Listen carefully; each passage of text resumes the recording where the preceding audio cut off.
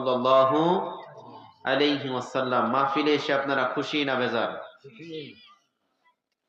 বিশ্বনবী মুহাম্মদ রাসূলুল্লাহ সাল্লাল্লাহু আলাইহি সাল্লাম তিনি বলেছেন,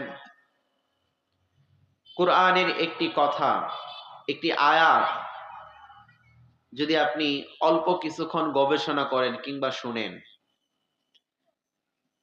বিশ্বনবীর ভাষ্য এবং কথা হলো, সারা রাত দাঁড়িয়ে নফল নামাজ পড়লে যে সওয়াব হবে, আল্লাহ তাআলা সে পরিমাণ সওয়াব তার আমলনামায় দান করেন।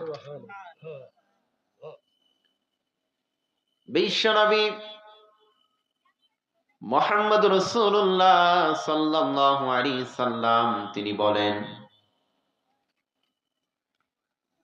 যে কোরআনের কোন আলোচনা আর কোরআনের কোন মাহফিল, ইসলামী কোন আলোচনা যেখানে হয় আর সেখানের মানুষগুলা যদি কোরআনের কোন কথা যদি শোনে আর কোরআনের কোন কথা যদি শোনে, ভাই সাউন্ডকে কমায় দিয়েছেন আপনি?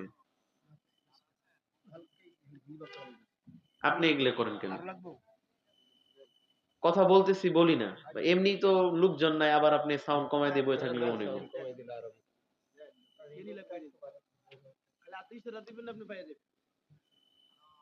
একটু জিকির করেন, লা ইলাহা, মুখে লা ইলাহা, জবানে আল্লাহ, কলবে আল্লাহ, জবানে আল্লাহ, কলবে আল্লাহ, লা ইলাহা, মুখে লা ইলাহা, জোরে লা ইলাহা। আসমান সুন্দর, জমিন সুন্দর, মানুষ সুন্দর, দুনিয়া সুন্দর, সুন্দরে সুন্দরে পাল্লা। জানি না কত সুন্দর তুমি আল্লাহ, জানি না কত সুন্দর তুমি আল্লাহ। বিশ্বনবী মুহাম্মদ রাসূলুল্লাহ বললেন, শোনো, যেখানে কোরআনের আলোচনা হয় আর যেখানে কোরআনের কথাগুলো হয়, আমার কথা হয়, আমার রাসূলের কথা হয়, সেইখানে যে মানুষগুলা বসে আর যে মানুষগুলা কোরআনের আলোচনাগুলা শুনে, সারা রাত দাঁড়িয়ে দাঁড়িয়ে নফল নামাজ পড়লে যে সওয়াব হয়, আল্লাহ তার আমলনামায় সে সওয়াবগুলা দান করে দেয়। বিশ্বনবী মুহাম্মদ রাসূলুল্লাহ বললেন, শোনো, কোন মানুষ যদি ওই মাহফিল গোলাতে বসে আর যদি একবার সুবহানাল্লাহ বলে, বিশ্বনবী মুহাম্মদ রাসূলুল্লাহ বললেন যে ওই জমিন, আসমান এবং জমিনের ভিতরে যত ফাঁকা জায়গা আছে, যতটুকু ফাঁকা জায়গা আছে, সেই ফাঁকা জায়গার ভিতরে যতটুকু ফাঁকা জায়গা আছে, বিশ্বনবী মুহাম্মদ রাসূলুল্লাহ বললেন, একবার সুবহানাল্লাহ বলার কারণে তার ততটুকু ফাঁকা জায়গায় নেক আমল দ্বারা পরিপূর্ণ করে দেওয়া হয়। সব সময় এই জন্য দুনিয়ার কোন মানুষের প্রশংসা করার দরকার আছে, কিন্তু তার চেয়ে বেশি বেশি প্রশংসা করতে হবে কার? দুনিয়ার নেতাদের প্রশংসা করলে অল্প কিছুক্ষণ তারা খুশি থাকে, দুনিয়ার নেতাদের প্রশংসা করলে তখনই তারা খুশি হয়, কিন্তু পরবর্তীতে তাদের আর মন পাওয়া যায় না। কিন্তু রবের যদি প্রশংসা করেন, তাহলে যখনই প্রশংসা করবেন তখনই জবাব দেয় কে? যখনই প্রশংসা করবেন রব তখনই জবাব দেয়। রাতের গভীর রজনীতে নামাজে দাঁড়াও, আল্লাহ তো তখনই জবাব দিয়ে দেয়। নামাজে সেজদারত অবস্থায় আবার যখন সেজদা দাও, আল্লাহকে আবার সেজদা দাও, আল্লাহকে বলো, আজানের মাধ্যমে বলো, আল্লাহু আকবার, আল্লাহু আকবার, আল্লাহ তুমি সবচেয়ে বড়। দুনিয়ার কোন মানুষ আল্লাহর চেয়ে বড় হতে পারে? দুনিয়ার কোন মানুষ আল্লাহর চেয়ে সবচেয়ে বড় হতে পারে না। পৃথিবীর জমিনে সবচেয়ে বড় হলেন একজন, বলেন তো তিনি কে? এই জন্য বলেন তো আল্লাহর হুকুম গুলো মানা দরকার আছে না নাই? আল্লাহর হুকুম গুলো মানার জরুরি আমাদের জন্য। এই পৃথিবীর সমস্ত মানুষগুলাই আর এই পৃথিবীর সমস্ত কিছুই আল্লাহর হুকুম মানে। আকাশের তারকাগুলা, কোনদিন কি আপনারা দেখেছেন যে আকাশের তারকাগুলো সকালে উঠেছে? কোনদিন না। যখন রাত্রি, যখন আঁধার হয়ে যায়, তখন এর উজ্জ্বল নক্ষত্রগুলো উঠে যায়। আকাশের তারকাগুলা হুকুম মানে কার? আকাশের তারকাগুলা হুকুম মানে আল্লাহর। আবার ওই সকালের সূর্যটা কোনদিন তাকে দেখা যায়নি। ওই সকালের সূর্যটা রাত্রিতে উঠে পড়েছে। যখন সুবহে সাদিক যখন হয়, তখন ওই সকালের সূর্যটা ওঠে। আর সকালের সূর্যটা ওঠার সঙ্গে সঙ্গেই মানুষদেরকে অর্ডার দেয়, ও মানুষেরা, যখন সুবহে সাদিক হয় তখন ফজরের ওয়াক্ত হয়, আর তোমরা ফজরের ওয়াক্তের নামাজগুলো পড়ে নাও, কন্যা সুবহানাল্লাহ। আবার রাত্রি যখন আঁধার হয়ে যায়, তখন আবার আদেশ দেয় যে তোমরা এশারের জামাতটা পড়ে যাও। এই অর্ডার কার? আকাশের তারকা হুকুম মানে আল্লাহর, সকালের সূর্যটা হুকুম মানে আল্লাহর, আবার রাতের সকালের সূর্যটা হুকুম মানে আল্লাহর, আবার রাতের চাঁদটা হুকুম মানে কার? সব কিছু হুকুম মানে কার?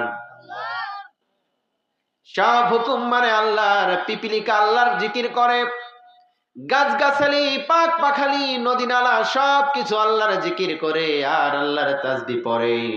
কিন্তু আমরা মানুষ হয়ে আল্লাহর তাসবিহ পড়ি না, আর আল্লাহর জিকিরও আমরা করি না।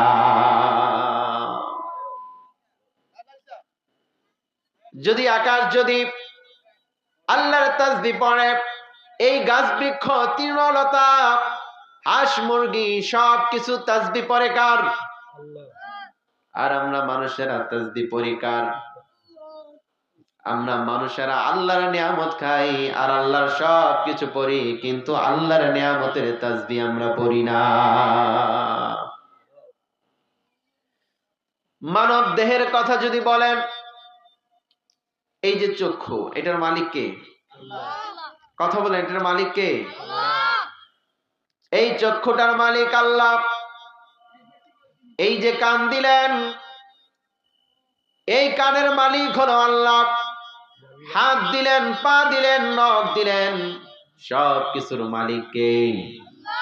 কিন্তু দুনিয়ার জমিনের কোন মানুষগুলা, কিছু মানুষ আল্লাহর হুকুম মানে আর কিছু মানুষ কোনোভাবে আল্লাহর হুকুম মানতে চায় না। তার নিয়ামতের শুকরিয়া কেমনে আদায় করি, তাই বারে বারে ওই কদমে লুটিয়ে পড়ি। তার নিয়ামতের শুকরিয়া কেমনে আদায় করি, তাই বারে বারে ওই কদমে লুটিয়ে পড়ি। যেই দিকেতে তাকাই শুধু দেখি মহিমা, তোর নিয়ামতের এই জগতে হয় না তুলনা।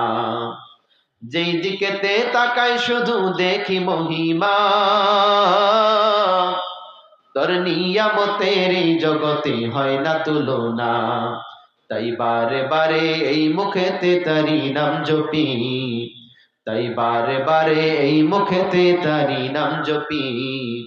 তার নিয়ামতের শুকরিয়া কেমনে আদায় করি, তাই বারে বারে ওই কদমে লুটিয়ে পড়ি। তার নিয়ামতের শুকরিয়া কেমনে আদায় করি, তাই বারে বারে ওই কদমে লুটিয়ে পড়ি। লা ইলাহা, জোরে লা ইলাহা, মুখে লা ইলাহা, লা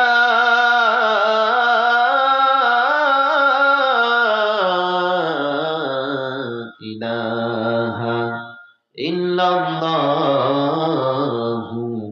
মুহাম্মাদুর মুহাম্মাদুর রাসূলুল্লাহ। সবাই পড়েন সাল্লাল্লাহু। একটি আমল শিখিয়ে দেয়, যে একটি আমল আসলে মানে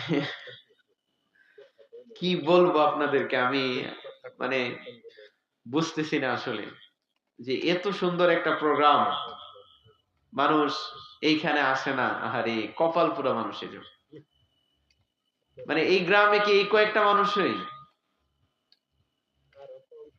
আল্লাহ হেফাজত করুক আব্বা। এই জাতির কল্যাণ কিভাবে হবে? এই জাতি মুক্তি কিভাবে পাবে? সম্ভব এই জাতিকে মুক্তি দেওয়া? যে জাতি কোরআন বুঝে না, হাদিস বুঝে না, আমরা হুজুরেরা হাজার ঘন্টার পর ঘন্টা বয়ান, মসজিদে হুজুরেরা ঘন্টার পর ঘন্টা বয়ান করলে লাভ কি হবে? হাজার হাজার মাদ্রাসা করলাম, লাভ কি হলো? মানুষ কি দিন থেকে এতই গাফেল হয়েছে?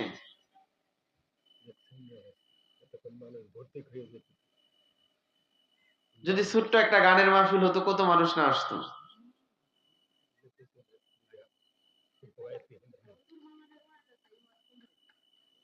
আহারে উফ, আমি হতাশ হয়ে গেলাম আসলে। আচ্ছা, এরপর আর কিছু কথা বলতে হবে, যেহেতু আপনার, আমি ছোট্ট একটি কথা আপনাদেরকে আমি শোনাবো, যে দেখেন তাহলে মানুষের মন আর চরিত্র তাহলে কিভাবে কি হলো। পবিত্র কোরআনুল কারীম সমগ্র 23 বছর একে একে করে 23 বছর পর্যন্ত রসুলের উপর কোরআন নাজিল হলেন। একদিনে কিন্তু কোরআন নাজিল হয় নাই। সমগ্র 23 বছর বয়সে আল্লাহ রসুলের উপর কোরআন নাজিল হয়েছে। এবং শুধু তাই নয়, যখন যতটুকু প্রয়োজন ঠিক তখন ততটুকু নাজিল করেছেন। বলেন না সুবহানাল্লাহ। এইবার বিশ্বনবী বললেন, শোনো, বিশ্বনবীর উপর যখন কোরআনুল কারীম যখন তেলাওয়াত করেন, বিশ্বনবীর ঘরের উপর যখন জিবরাইল আলাইহিস সালাম যখন আসেন, জিবরাইল যখন আল্লাহ রসুলের কাছে কোরআন নিয়ে আসেন, রাসূল জিবরাইলের কাছ থেকে কোরআনটা নেন। রসুল যখন কোরআন যখন রসুলের কাছে যখন আসেন, রসুলের ছোট্ট ঘরে রসুলের কণ্ঠ দ্বারা কোরআন তেলাওয়াত করেন। আপনারা বলেন তো, রসুলের কণ্ঠের কোরআন তেলাওয়াত কি আমাদের মতো? রসুলের কণ্ঠের দরদ মাখা কোরআন তেলাওয়াত শুনলে যে কোনো মানুষ পাগল হয়ে যেত। রসুলের কণ্ঠের তেলাওয়াত শুনলে যে কোনো মানুষ মোহিত হয়ে যেত। রসুলের কণ্ঠে জিনেরা কোরআন তেলাওয়াত শুনেছে, আর জিনেরা কোরআন তেলাওয়াত শুনে রসুলের কাছে তারা কালিমা পড়েছে, লা ইলাহা ইল্লাল্লাহু মুহাম্মাদুর রাসূলুল্লাহ। তো ওই জামানায় যখন কোরআন তেলাওয়াত যখন করতেন, যখন কোরআন যখন নাজিল হলো, রসুলের বিরোধিতা আছে না নাই? যখন রসুল তার এক আল্লাহর যখন দাওয়াত দেয়, এক আল্লাহর কোরআনের কথা যখন বলে, রসুল যখন এক আল্লাহর কথা যখন বলে, মক্কার মুশরিকরা বলে, আব্দুল্লাহর ছেলে মুহাম্মদ, তোমাকে ভালো মনে করেছিলাম, তুমি আর আজ থেকে কোরআনের দাওয়াত দিবা না। তোমরা আমাদের বাপ দাদার ধর্মে চুনকালি মারতে চাও? তোমরা কি আমার বাপ দাদার ধর্মের গালি দিতে চাও? আমার বাপ দাদা সবাই তো তারা মূর্তি পূজা করত, তারা তীর ধনুকের পূজা করত, আসমান জমিনের পূজা করত। আর তুমি কি করো না? তুমি নিজে একটা ধর্মের প্রচারক হলে আর নিজেকে নবী বলে দাবি করলে, আল্লাহর কোরআনের প্রচার গুলো তুমি করতে চাচ্ছ। খবরদার মুহাম্মদ সাল্লাল্লাহু, খবরদার মুহাম্মদ, তুমি এই আল্লাহর এক আল্লাহর বান্দার এক আল্লাহর কথা বলতে পারবে? মক্কা যেহেতু আমি লিডার, আর মক্কায় যেহেতু আমি নেতা, সুতরাং তুমি এক আল্লাহর কথা বলতে পারবে না। আমার বাপ দাদা যেটা বলেছে তোমাকে সেটাই মেনে নিতে হবে। আমরা হলে কি করতাম? আমরা বলতাম কিছু হাদিয়া দেন, চলে যাই, আপনি যা বলেছেন সেটাই হবে। গত 16 বছর যা হয়ে আসছে, কথা বলেন ঠিক কিনা? যেখানে বাধা রসুল সেখানে প্রতিবাদ করেছেন, যেখানে বাধা দিয়েছেন রসুল সেখানেই প্রতিবাদ করেছেন, যেখানে রসুলের বিপক্ষে কথা চলেছে সেখানে রসুল প্রতিবাদ করেছেন। এইদিকে আবু জাহেল রসুলের বিপক্ষে অবস্থান নিয়েছে, আর রসুল একমাত্র আল্লাহকে রাজি এবং খুশি করার জন্য কোরআনের আলোচনা তিনি চালিয়ে গিয়েছে। কোরআনের কথাগুলো এত সুন্দর ছিল। আবু জাহেল, উতবা, সাইবা, আবু লাহাব এইরা তাদের বৈঠকের ভিতরে রসুলের বিরুদ্ধে বলল, আব্দুল্লাহর ছেলে মুহাম্মাদের কণ্ঠে আমরা কেউ তেলাওয়াত শুনবো না, তার আলোচনাও শুনবো না, তার কণ্ঠে তেলাওয়াতও শুনবো না। তখন তারা বৈঠক করল। আবু জাহেলের কাজ ছিল রসুল যখন রাতের আধারে আল্লাহকে রাজি এবং খুশি করার জন্য যখন কোরআন তেলাওয়াত করতেন, ওই মক্কার জমিনের সবচেয়ে আবু জাহেল বড় বড় কুখ্যাতি সন্ত্রাসগুলা আল্লাহ রাসূলের কণ্ঠে কোরআন তেলাওয়াত শোনার জন্য আল্লাহ রাসূলের ঘরের চার কোনায় চারজন দাঁড়িয়ে যেতে। মক্কার সাধারণ কোনো মানুষ না, মক্কার সবচেয়ে বড় কাফের, যারা কাফেরদের লিডার, যারা কাফেরদের সবচেয়ে বড় লিডার, যারা আইন প্রণয়ন করে, যারা সরকারে ছিল, তারাও বিশ্বনবীর কণ্ঠে কোরআন তেলাওয়াত শোনার জন্য রাতের গহীনে তারা বিশ্বনবীর ঘরের দরজায় এতিমের মতো দাঁড়িয়ে থাকতো।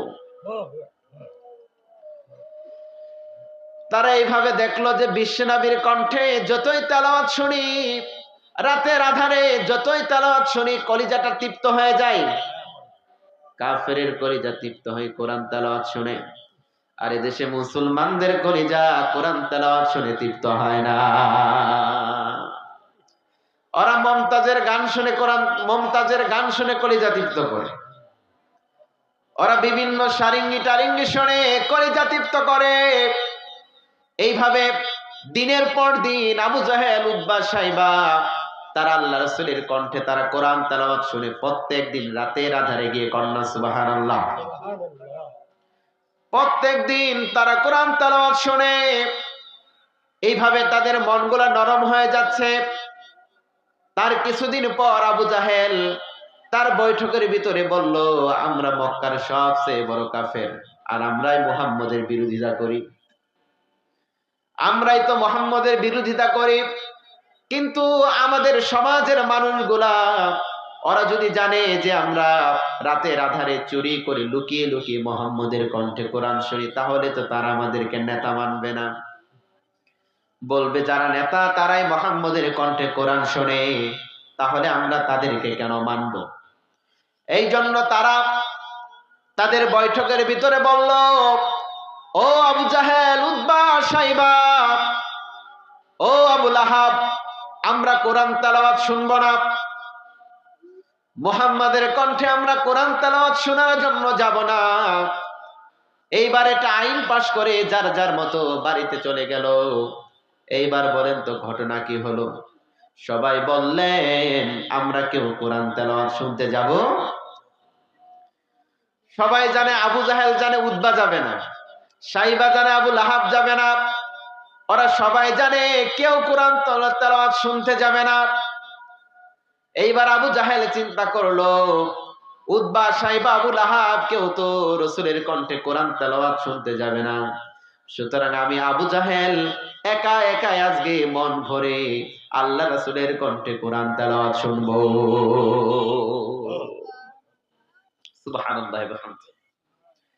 আবু জাহেল ভাবলেন যে কেউ যেহেতু যাবে না, তাহলে আমি আজকে একাই শুনবো। সুবহানাল্লাহ।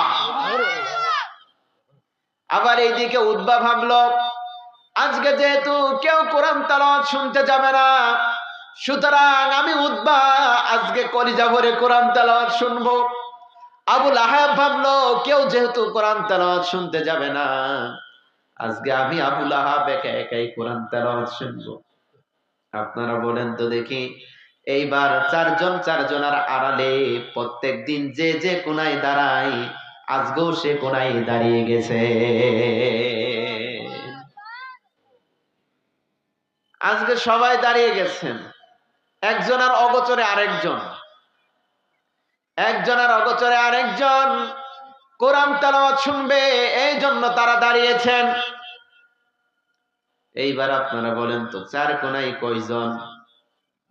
মক্কার কিরূপ সাধারণ মানুষ, মক্কার সবচেয়ে বড় লিডার, ওদের মতো কুখ্যাত কাফের আর কেউ নাই, ওদের মতো কুখ্যাত সন্ত্রাসী আর কেউ নাই। বিশ্ব নবীকে যত আঘাত দিয়েছেন, কষ্ট দিয়েছেন, আবু জাহেল, উতবা এবং সাইবার মতো আঘাত আর কষ্ট কেউ দিতে পারে? ওরা রাসূলকে সবচেয়ে বেশি কষ্ট দিয়েছেন, সবচেয়ে বেশি আঘাত দিয়েছেন আমার রাসূলকে। আবার রাতের অগোচরে তারাই গিয়ে কোরআন তেলাওয়াত শোনার জন্য দাঁড়িয়েছেন। এখন আপনারা বলেন, রাত যত গভীর হয় সকল তত নিকটে আসে, কন্যা সুবহানাল্লাহ। যখন সুবহে সাদিকের সময় যখন হবে, এইবার আবু জাহেল ভাবলো যে এখন তো আজান দিয়ে দিবে, মুহাম্মদ তো বের হয়ে যাবে, কন্যা সুবহানাল্লাহ। সুতরাং এখন যদি থাকি মানুষগুলা তো দেখে ফেলবে, তার চেয়ে বাড়িতে চলে যাই। এইবার আপনারা বলেন তো, পথিমধ্যে যখন যাওয়া শুরু করলো, রাতের অন্ধকারে একজন আরেকজনের সঙ্গে মাথায় ডিশা লেগে গেছে, সুবহানাল্লাহ। এইবার আবু জাহেল বলল, কিরে উতবা, তুই না বললি আজকে কোরআন শুনতে আসবি না? ও লাহাব, তুমি না বললে আজকে কোরআন শুনতে আসবা না? এইবার আবু জাহেল বলল, আমি কি শুধু একাই নিষেধ করেছি নাকি উতবা সাইবা তোমরা সবাই নিষেধ করেছো? কন্যা সুবহানাল্লাহ। তোমরা তো সবাই নিষেধ করেছিলে, তাহলে কেন সবাই এসেছো? এইবার বলল, মুহাম্মাদের কণ্ঠে এমন জাদু আর এমন মহিমা, আজকে আমরা পিঠটা দেওয়ালে লাগাতে পারি নাই, আজকে পিঠটা বিছানায় লাগাতে পারি নাই। প্রত্যেক দিন শুনে অভ্যস্ত হয়েছি, পিঠটা বিছানায় লাগাতে পারি নাই, মনটা বড় টানে আর কলিজা বড় টানে। এই জন্য আজকে ওয়াদা করা সত্ত্বেও মুহাম্মাদের কণ্ঠে আমরা কোরআন তেলাওয়াত শুনতে গিয়েছি। তাহলে কি আমাদের মন কি আবু জাহেলের চেয়েও খারাপ? মুসলমানের মন কি উতবার চেয়েও খারাপ নাকি? আর মুসলমানের মন কি সাইবার চেয়েও খারাপ নাকি? আবু জাহেলের মতো কাফের বিশ্ব নবীর দরজায় এতিমের মতো কোরআন শুনেছে, আর আজকে মুসলমানের বাচ্চারা কোরআন শুনতে চায় না। ওরা শুনতে চায় মমতাজের ঘ্যানঘ্যানানি, আছে না নাই? ওরা শুনতে চায় স্টার জলসার ঘ্যানঘ্যানানি, ওরা শুনতে চায় ডিসলাইনের ঘ্যানঘ্যানানি, ওরা শুনতে চায় বালামের ঘ্যানঘ্যানানি। অর্থাৎ যত গান আর নাচ আজকে মানুষের মনটাকে শক্ত করে দিয়েছে। কোরআনের সুর মাঝে শুনেছি ও নাম, আজানের সুর মাঝেও শুনেছি ও নাম, ও নাম শুনেছি আমি আমার হৃদয়, হে রাসূল নবীজি তোমায়, হে রাসূল নবীজি তোমায়। আজকে মুসলমান কোরআন বুঝলো না, কালেমার দাওয়াত বুঝলো না, কিন্তু বিশ্বনবী মুহাম্মদ রাসূলুল্লাহ সাল্লাল্লাহু আলাইহি সাল্লাম এই কোরআন প্রতিষ্ঠিত করার জন্য বিশ্বনবী তায়েফের ময়দানে মার খেয়েছে। বিশ্বনবী উহুদের ময়দানে বিশ্বনবীর যে চেহারায় মশা মাছি পড়া হারাম ছিল, যেই চেহারায় কোনোদিন মশা কামড় দেয় নাই, মাছি কামড় দেয় নাই, ওই চেহারায় আজকের ওই চেহারার ওই চেহারায় ওই সময়কার কাফেররা বিশ্বনবীর গালে আঘাত করে দন্দন মুবারক শহীদ করে দিয়েছে। বিশ্বনবী যখন এই কোরআনের দাওয়াত নিয়ে, এই ইসলামের দাওয়াত নিয়ে বিশ্বনবী মুহাম্মদ রাসূলুল্লাহ যখন তায়েফের জমিনে গেলেন, বড় বড় তিনজন শাসককে বিশ্বনবী দাওয়াত দিলেন। আপনারা বলেন তো, যখন দাওয়াত দিবেন তখন সমাজের ভিতরে যারা উচ্চ পর্যায়ের লোকজন তাদেরকে ইসলামে আনা দরকার আছে না নাই? আজকে সমাজের বড় বড় প্রভাবশালী মানুষগুলা যদি ইসলামী আন্দোলন করত, তাহলে বাংলার জমিনে আজকে ইসলাম কায়েম হয়ে যেত। বাংলার জমিনের বড় বড় মানুষগুলা যদি গণতন্ত্রের দাবিদার বাদ দিয়ে, নারী নেতৃত্ব যদি বাদ দিয়ে, তারা যদি ইসলামের ছায়াতলে আসতো, কোরআনের ছায়াতলে আসতো, 5ই আগস্টের পরে বাংলার জমিন হয়ে যেত ইসলামী রাষ্ট্র। এই জন্য সমাজের ভিতরে যারা প্রভাবশালী লোক, যাদেরকে দেখে মানুষ কথা শুনে, যাদের কথা শুনে আর যাদেরকে দেখে মানুষ ভয় পায়, যাদের কথা মানুষ সমাজে শুনে, এই সকল মানুষগুলাকে ইসলামের দাওয়াত দেওয়া দরকার আছে না নাই? বিশ্বনবী তায়েফের ময়দানে গেলেন বড় বড় 3 জন বাদশাকে দাওয়াত দেওয়ার জন্য। আজকে যেমন তাবলীগ জামাতের ভাইয়েরা, কিংবা চরমুনায়ের ভাইয়েরা, জামাত ইসলামের ভাইয়েরা, কিংবা উলামায়ে কেরাম যারা কোরআনের দাওয়াত গুলা যারা দিতে যায়, তখন ওদেরকে কটাক্ষ করে এমন মানুষ আছে না নাই? যারা তাবলীগ জামাতের দাওয়াত দেয়, ওরা যখন ফজরের নামাজের সময়, যখন সকালবেলা প্রত্যেক মানুষের বাড়ি বাড়ি যায়, আর বাড়ি বাড়ি গিয়ে যখন বলে বাবার নামাজে আসো, নামাজে আসো, ওদেরকে এই কথা বলে কটাক্ষ করে। বাড়িতে খাবার পায় না, এই জন্য শান্তিতে সে মসজিদে খায় আর মসজিদে ঘুমায়। আমাদেরকে যদি একটু জোরে কথা বলি, রাস্তা দিয়ে যদি একটু জোরে হাঁটি, আমাদেরকে বলে হুজুর মনে হয় আজকে দাওয়াত পেয়েছে, এই জন্য হুজুর আজকে জোরে হাঁটতেছে। আবার যদি আমরা যদি আস্তে হেঁটে যদি কোথাও যদি যাই, তাহলে বলে হুজুর মানুষের বাড়িতে কি খাওয়া খেয়েছে, আজকে আর হাঁটতেও পারে না, দোষ আছে না নাই? এইরকম বিশ্বনবীও কোরআনের দাওয়াত দিতে গেলেন তায়েফের ময়দানে। তায়েফের ময়দানে তিনি যখন দাওয়াত দিতে গেলেন, বিশ্বনবী এতিম নবী, মা নাই বাবা নাই, শুধু চাচারা বিশ্বনবীর সাপোর্টে। মক্কার বেশি অংশ মানুষগুলা বিশ্বনবীর কথা শুনে না, বিশ্বনবী যেখানেই যায় সেখানেই অপমানিত করে। বিশ্বনবী তায়েফের ময়দানে গেলেন, যাওয়ার পর বিশ্বনবী কয়েকজন বাদশাকে দাওয়াত দিলেন। বললেন, ও বাদশা, তায়েফের বাদশারা, তায়েফের বড় বড় ধনী লোকরা, তোমরা শোনো, আমি বিশ্বনবী মুহাম্মদ রাসূলুল্লাহ, আল্লাহ আমাকে কোরআন দিয়েছেন, আল্লাহর নবী বানিয়েছেন, রাসূল বানিয়েছেন। তোমরা যে বাপ দাদার মূর্তি পূজা করতা, ওটা ছেড়ে দাও, বাদ দিয়ে দাও। তোমরা আমি বিশ্বনবীর কালেমার নিচে আসো। এই দেশে মূর্তি পূজা আছে না নাই? গত 16 বছর মূর্তি পূজা করাইতে করাইতে মুসলিমদেরকে মুশরিক বানিয়ে ফেলছে। বাবার মূর্তি পূজা করায়, আবার এখন আসবে কেউ স্বামীর মূর্তি পূজা করাবে। কিন্তু আমাদের কথা স্পষ্ট, যারা আসুক আর যারা ক্ষমতা দখল করুক, ইসলামের বাইরে কোনো কিছু করা যাবে। ইসলাম যেটা বলেছে আমরা সেটাই করব। কন্যা আলহামদুলিল্লাহ।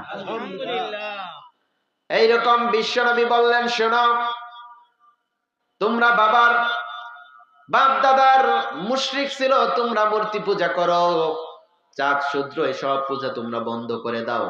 তার কারণে সব কোনো কিছুই করতে পারে না, একজন সব কিছু পারে। বলেন তো তিনি কে?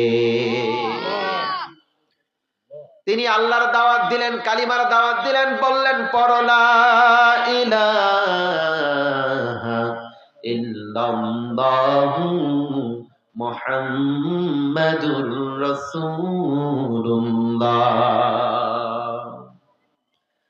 প্রত্যেক নবীদের একই দাওয়াত ছিল।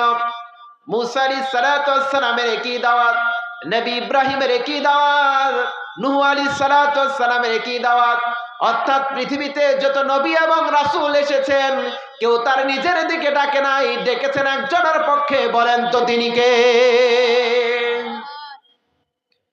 বিশ্বনবীও একই দাওয়াত দিলেন, তোমরা তোমাদের বাপ দাদার মূর্তির পূজা বাদ দিয়ে দাও, তার কারণ এটা ইসলাম সাপোর্ট করে না। তোমরা আমি রসুল এসেছি, তোমরা আজকে ইসলামের কালেমার পতাকাকে গ্রহণ করে নাও। তারা তো তায়েফের ধনী মানুষ, তারা বলল তোমার তো বংশ পরিচয় ভালো না, তুমি তো গরিব, তোমার মা নাই, তোমার বাবা নাই, তুমি হলে এতিম, আর আল্লাহর বুঝি কোনো খায়ে কোনো কাম নাই, তোমার মতো মানুষকে নবী বানিয়ে পাঠিয়েছে। আল্লাহর কোনো মানুষ দেখলো না। এই সমাজে কত ধনী শ্রেণীর মানুষ ছিল, এই সমাজে কত বড় লোক মানুষ ছিল, তাদের উপর আল্লাহর ওহী আসে নাই। আর তোমার মতো একটা গোলামের ঘরে, তোমার মতো একটা গরিব ঘরে আল্লাহ ওহী পাঠিয়েছে, এটা আমাকে মানতে হবে। আপনারা বলেন তো, যারা বিশ্ব নবীকে যারা কষ্ট দেয়, তারা কাকে কষ্ট দেয়? তারা আল্লাহকে কষ্ট দেয়। যারা বিশ্ব নবীকে যারা আঘাত করে, তারা আমার আল্লাহকে আঘাত করে। বিশ্ব নবীর কলিজাটা ছিঁড়ে গেলেন, বিশ্ব নবী কষ্ট পেলেন, তাদের জন্য তবুও বদদুয়া করে না যে আজকে আমাকে অপমান করেছে, কাল হয়তো বা তারা ইসলামের ছায়াতলে আসবে। বিশ্ব নবী আবার আরেকজনের কাছে গেলেন, যাওয়ার পর আল্লাহর কালেমার দাওয়াত দিলেন, বললেন, ও মানুষ তুমি শোনো, কোথাকার কোথা থেকে এসেছো, তোমার পরিচয় জানি না, নাম জানি না, তুমি নিজেকে নবী দাবি করছো, আর আমার মতো এত তায়েফের এত বড় লোক মানুষ, আমি তোমাকে নবী হিসাবে মেনে নিব, এটা কিভাবে ভাবলে? সুতরাং তোমার কোনো কথাই শুনবা না, তোমার দাওয়াত গ্রহণ করব না। আবার বিশ্ব নবী অন্য প্রান্তে চলে গেলেন, আরেকজনকে দাওয়াত দিলেন, তিনিও সেই একই কথা বললেন। আমরা যেরকম মানুষকে দাওয়াত দেই, যেরকম অপমান করে, তখনও বিশ্ব নবীকে অপমান করেছে। বিশ্ব নবীর মনে ব্যথা কষ্ট। তায়েফের কোন মানুষগুলা ইসলামের দাওয়াত কবুল করলো না, ইসলামের কথাগুলা তারা শুনলো না। এইবার বিশ্ব নবী তায়েফ থেকে যখন আসতেছিল, ওই সকল মানুষগুলা, তায়েফের বড় বড় বড় লোক আর ধনাঢ্য মানুষগুলা, তখন ওই সমাজের বাচ্চা যারা ছিল, যারা বাচ্চা ছিল, উগ্র মানুষ ছিল, তাদেরকে বলল যে ওই যে পাগল যায়, পাগল কে যায়? পাগল যায়, ওর মাথার কোনো সিট নাই, কাণ্ডজ্ঞানহীন, যা মুখে আসে তাই বলে। সুতরাং তোমরা এই যে পাথরের টুকরোগুলা তোমাদের হাতে দিয়ে দিলাম, এই যে পাথরের টুকরোগুলা তোমাদের হাতে দিয়ে দিলাম, ওই যে পাগল যায়, মক্কার মানুষ যারা যে পাগল যায়, ও নবী হতে পারে না, ও হলো পাগল।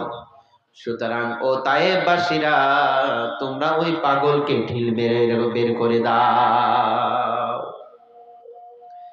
তোমরা তাকে রক্তাক্ত করে দাও, তোমরা তাকে ঢিল মেরে তার শরীরটা রক্তাক্ত করে দাও, ক্ষত বিক্ষত করে দাও। এইভাবে ছোট্ট ছোট্ট ছেলেদের উপর তারা পাথর দিয়ে দিলেন। পাথর দেওয়ার পর ওই ছোট্ট ছোট্ট ছেলে মেয়েরা আমার রসুলের গায়ে এবার তারা পাথর নিক্ষেপ করে, রসুলের গায়ে পাথর নিক্ষেপ করে, পাথর নিক্ষেপ করে, আর রসুলের কলিজাটা ছিঁড়ে যায়। ও তায়েফবাসী, তোমরা আমার দাওয়াত কবুল করলে না, ইসলাম কবুল করলে না, কালেমার কথাগুলো শুনলে না, আর তোমরা আমি বিশ্বনবী মুহাম্মদ রাসূলুল্লাহকে আমার রক্ত ভেজা জামাটাকে রক্তে ভিজিয়ে দিলে। বিশ্বনবীও দাওয়াতের ময়দানে মার খেয়েছেন। আজও যারা ইসলামের জন্য যারা কথা বলে, কোরআনের জন্য যারা কথা বলে, তাদের মার আছে না নাই? হাজারো ব্যথা বেদনার পরে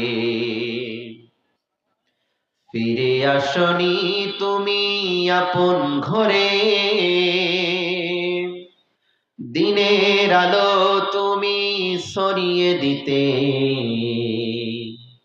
চলে গেলে মদিনায় মক্কা ছেড়ে। হে রাসূল, তোমাকে ভুলি আমি কেমন করে। হাজারো ব্যথা বেদনার পরে ফিরে আসনি তুমি আপন ঘরে। দিনের আলো তুমি সরিয়ে দিতে চলে গেলে মদিনায় মক্কা ছেড়ে। হে রাসূল তোমাকে ভুলি আমি কেমন করে। খেয়ে না খেয়ে দিন প্রচারের কাজে নিজেকে দিয়েছ বিলিয়ে। তায়েফের কাফেরেরা চিনল না সে আলো, দুষ্ট ছেলেদের পিছু দিল নিয়ে। পাথরের আঘাতে ক্ষত বিক্ষত হয়ে সারা শরীর থেকে রক্ত ঝরে। হে রাসূল তোমাকে ভুলি আমি কেমন করে। হাজারো ব্যথা বেদনার পরে ফিরে আসনি তুমি আপন ঘরে। দিনের আলো তুমি সরিয়ে দিতে চলে গেলে মদিনায় মক্কা ছেড়ে। হে রাসূল তোমাকে ভুলি আমি কেমন করে। হেরার গুহায় তোমারই ধ্যান, আসমান থেকে নামে আল কোরআন। ভাঙলো সবার ভুল তোমারই পরে, আসলো কোরআনের ছায়াতলে। খালিদ ওমর আলী আবু বকর ইসলামী ঝান্ডা নিল যে তুলে। আল আমিন তুমি ছিলে সদা সকল মানুষের তরে। হে রাসূল তোমাকে ভুলি আমি কেমন করে। হাজারো ব্যথা বেদনার পরে ফিরে আসনি তুমি আপন ঘরে। দিনের আলো তুমি সরিয়ে দিতে চলে গেলে মদিনায় মক্কা ছেড়ে। হে রাসূল তোমাকে ভুলি আমি কেমন করে। হে রাসূল তোমাকে ভুলি আমি কেমন করে। প্রিয় ভাইরা আমার, আল্লাহ তাআলা যে কথাগুলো বললাম, আমি দুটি কথা বলেছি। এক হলো প্রশংসা হবে কার বলেন তো? আল্লাহর। সব সময় প্রশংসা হবে কার? আল্লাহ। আরেকটি কথা হলো ইসলামী দাওয়াত, ইসলামী দাওয়াত, ইসলামী দাওয়াত দিতে গেলে মার খেতে হবে, আঘাত আনবে, কিন্তু পিছপা হওয়া যাবে। তৃতীয় নাম্বার কথা, 5 ওয়াক্ত নামাজ আমরা সবাই পড়ব, আল্লাহ কবুল করুক বলুন আমিন। আল্লাহ আমাদের সবাইকে 5 ওয়াক্ত জামাতের মুসল্লি বানাক বলুন আমিন। এখন যেহেতু আজান হবে, অনেক আগে আজান হয়েছে, আমি